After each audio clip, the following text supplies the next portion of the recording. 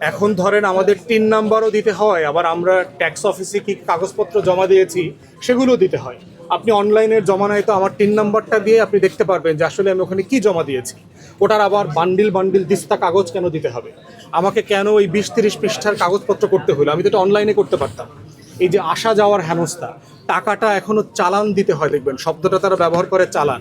ভাবখানা এরকম যে আমরা মুদির দোকানে পেঁয়াজ রসুনের ব্যবসা করতে আসছি, যে আগে ১১,০০০ টাকা অথবা ৫০,০০০ টাকার চালান নিয়ে আসে। তাহলে এই এই এই সংস্কারের একটা অংশ মানে হচ্ছে প্রত্যেকটা সিস্টেমকে, ব্যবস্থাপনাকে সময় উপযোগী করা। তাই আমরা প্রশাসনকে, নির্বাচন কমিশনকে বলছি যে আমাদের এই পুরো আয়োজনটাকে আধুনিকায়ন করা দরকার, তথ্য প্রযুক্তি বান্ধব করা দরকার। আপনাদের সবাইকে ধন্যবাদ, ভালো থাকবেন। আপনার এলাকার যে আপনার যে আসলে যে না দেখেন, এখনো তো কেউ নির্বাচনী প্রচারণাতে নামে নাই। ভোটার আগে তো বড় রাজনৈতিক দল যারা আছেন তারা কম বেশি সবাই মাঠে আছেন। আর আমি একটা ম্যারিট বেস একটা একটা একটা কম্পিটিটিভ ইলেকশন করতে চাই, প্রতিদ্বন্দ্বিতামূলক একটা নিরাপদ নির্বাচন করতে চাই। যে সেসব কারণে পশ্চিমা দেশগুলো গণতন্ত্র ফ্লারিশ করেছে, সেরকম একটা গণতান্ত্রিক আয়োজন আমরা দেখতে চাই।